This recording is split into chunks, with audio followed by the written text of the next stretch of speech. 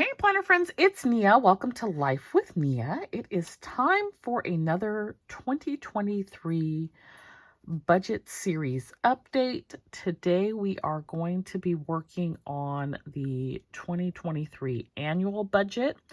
The business budget will be a separate video. This is going to focus on annual income and expenses from my primary job. However, some business income pays some of those expenses. So I am going to bring in and estimate what I anticipate my business income to be each month, if that makes sense. So if you have not watched the other videos in the series, I will link the first one. They're on a playlist, so you can watch them in order. So far, we have gone over the tools, resources, and things that I am using this year, and sinking funds. I had anticipated doing goals before this, but I'm really trying to still flesh out what my goals are going to be. So I may save that until the end. If you haven't watched the tools and resources video, this is a supplement to my budget. It's just a notebook. Some of the items in here are redundant, but because I didn't have enough pages in my planner, I went ahead and did everything again in the notebook and then expanded. So there is a place for 3, 6, 9, and 12-month check-ins here. And there is a place for check-ins on my sinking funds. I've got investment and retirement tracker here. I've got like all my savings trackers in this book. They're not in my normal budget book, just because I did not have sufficient space. So you'll see me reference both of these, both the planner and the notebook, throughout the next year, because I will be using both, and the things that I'm not able to capture in here, I am able to capture in the notebook. But this is what I will be using every month to do my budget. So for the 2023 budget, because some things are still not set in stone, I am going to use pencil. I'm going to zoom in to make sure that you can see what I'm putting down. But I would prefer to do that than to use a bunch of whiteout. I'd rather be able to erase. So for my income, my primary source of income is, and this is labeled expected and actual. What I did last year was I did the expected annual amount, and then at the end of the year, 2022, I'm going to put in the actual amount, but I wanted to do it different this year. So I didn't change these headers, but what I'm going to do is put in the monthly amount, the annual amount, and then I can put in at the end of the year what it ended up being here. For my income, I'm in a position where I'm maxed out, so I'm not getting a raise. I work for state government, so there's a lot of involvement with the union, so it's possible to get a cost of living adjustment, also called a COLA increase, and it's possible to get that annually. Our bargaining starts, I think, this spring, and so new contract will go into effect in July. Theoretically, I'm not covered by the contract because I'm an exempt employee, but the provisions that are included in the contract also apply to me, if that makes sense. So that would be the only way to increase my income outside of getting another job that pays more. So right now, my take home is $51.32. And there may be some change. I don't know what it is. And so for 12 months, that is $61,584. It could potentially be a little bit higher because in somewhere between April, May, or June, I can sell back some leave. That's usually a couple $1,000s. And I do anticipate with inflation and all the different things going on, we will get a cost of living adjustment. It won't be high. It'll probably be somewhere between 2 and 2.5%. That's traditionally what it is. 3 being generous. So I'm not even gonna bank on that. For the health stipend, it is $165.75, and I only calculated that for the next 6 months because it is supposed to expire in June of 2023. They could expand it with a new contract, but I'm just going to go by what I know to be the case going forward. So for 6 months, it'll be $994.50. Telework stipend is $31.87. These are all also after tax numbers, and so that is $382.44. I'm just going to estimate $2,000 a month for business income. And so for our income, we have a total of $73.29.62. Okay, so that is the money that we are working with. For our expenses,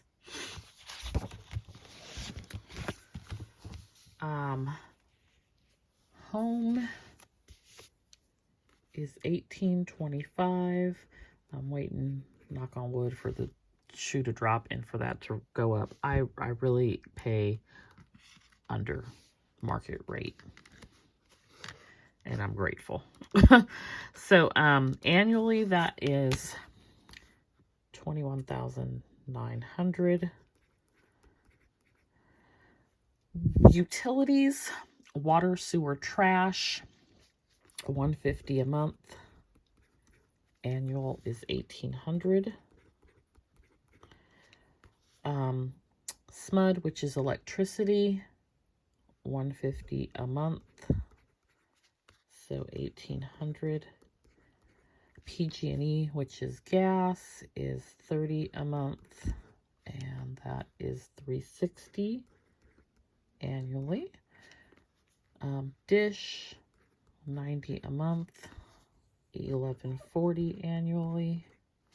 T-Mobile, $87 a month, and that is $1044 annually. Xfinity, this is one where I kind of like probably, I feel like it, I do use it for home, but I use it primarily for business. I feel like it probably should go on the business expense side, but at this point, that's neither here nor there. So annually, that is $720. Car is $523.21. Annually, that is $62.78.52.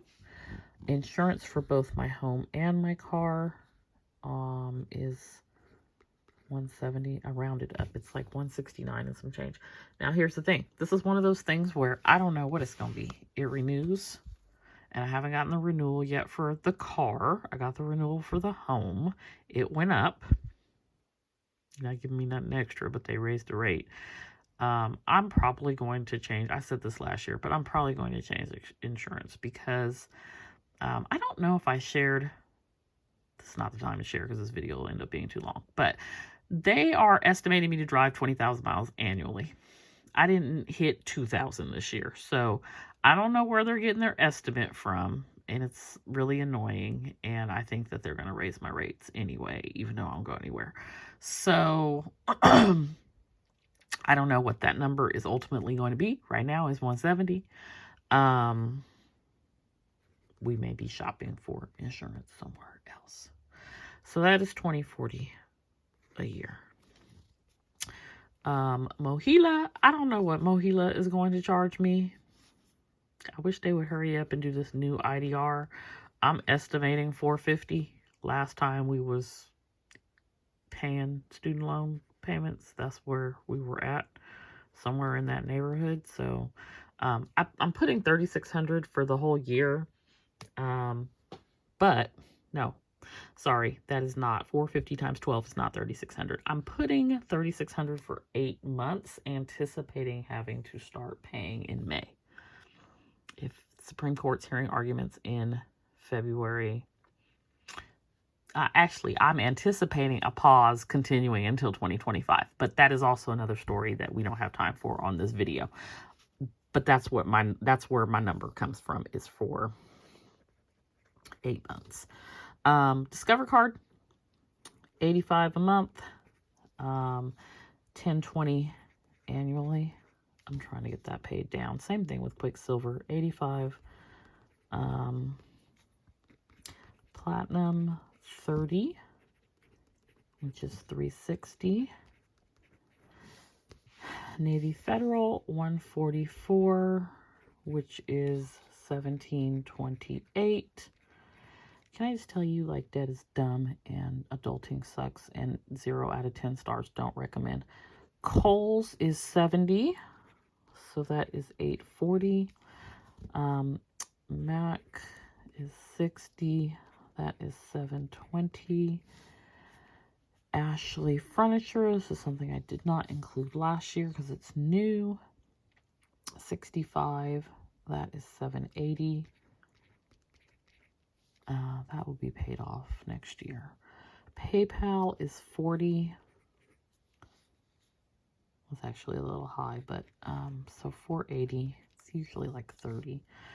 I have a loan payment that is $116.74, and I think I rounded down to $116. So that is $1,400 roughly, because I don't really do change.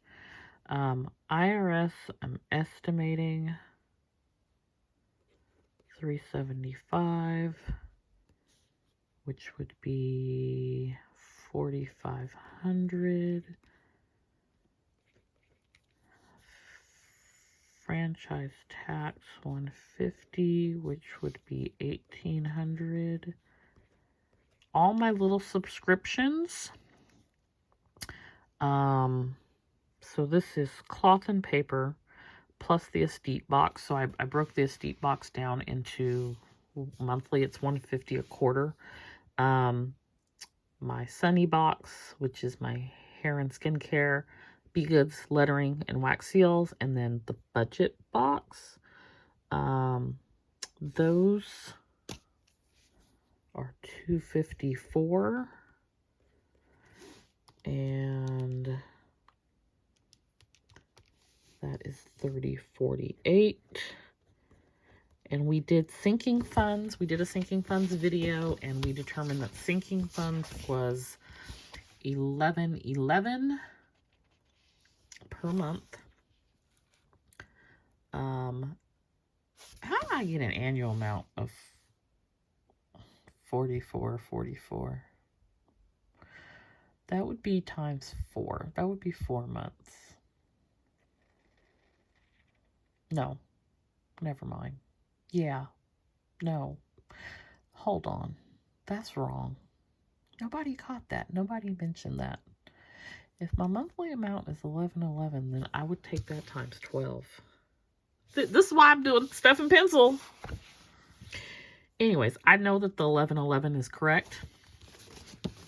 That 444 is not correct, and I don't know where I got it from. So $11.11. I'm going to leave the annual alone because I need to go back and look at it. Cash envelopes. So my cash envelopes are far higher than the number that I'm going to write down, but this number captures food, grocery shopping food, eating out food, house, and gas for the car. So that is roughly $440 a month. So I added all of this up, and without the student loan payment, it's $45.59. With the student loan payment, it is 5009 and 20. No, let me back up. Without the student loan payment, it's 500921. Sorry. One more time. We're going to get it correct. With the student loan payment, it's 500921.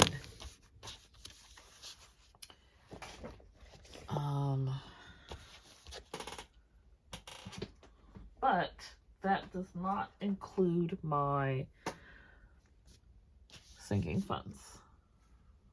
So when I add my sinking funds, my 1111, we are at 6120. And then, no, we're not.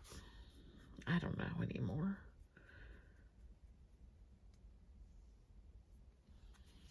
Okay, let me make myself a little note. Because I don't know what I'm doing. Send help. I'm telling you, this budget and stuff sometimes is for the birds. Okay, so I had 4559.21. That was no student loan and no sinking funds. No cash envelopes and no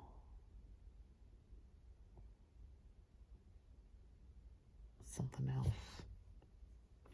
Okay, I'm gonna just add these up because I completely lost myself. Okay, so 1825, 150, 150, 30, 90, 87, 60, 523, 170, 450, 85, 85, 30, 144, 70, 60, 65, 40, 116, 375, 150, 254. Okay, so when I get here, that's where my 5009 is at. Then 11, 11, 11, 6120, and then my cash envelopes. Okay, so 6560 is our number. Now, our income, I definitely depend on the income from the business. So our income is $73.29. So we still have about $769 in our budget. You would never know it because we tend to spend a little recklessly from time to time on stuff. So this also does not include business expenses. So you have to take into consideration as well that even though there may be $2,000 coming in from the business, there may be money going out to cover business expenses, taxes, you know, supplies, all those different things. Subscriptions for the business. There's things like Microsoft and various places that I subscribe for art, and there is I don't know, I'm drawing a blank, but there are business related things. Sticker paper is expensive and whatnot as well.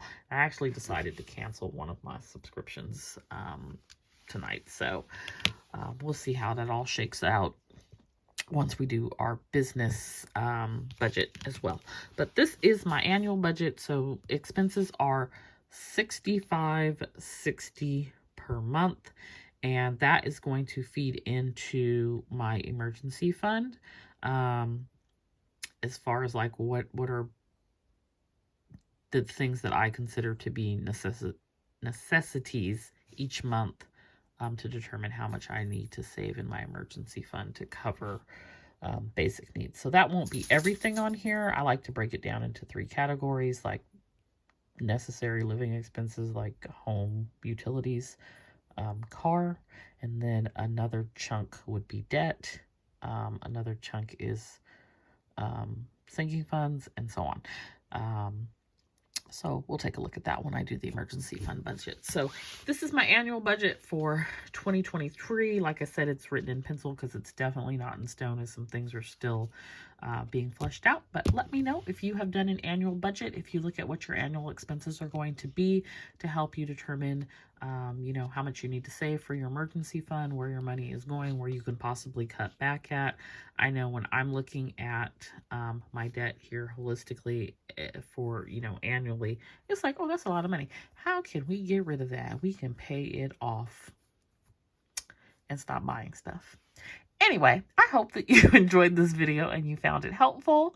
I am by no means a financial advisor, but I'm just sharing what I'm doing and what works for me. And I hope that it's helpful for you as well. Don't forget to like and subscribe, and I'll see you next time. Bye.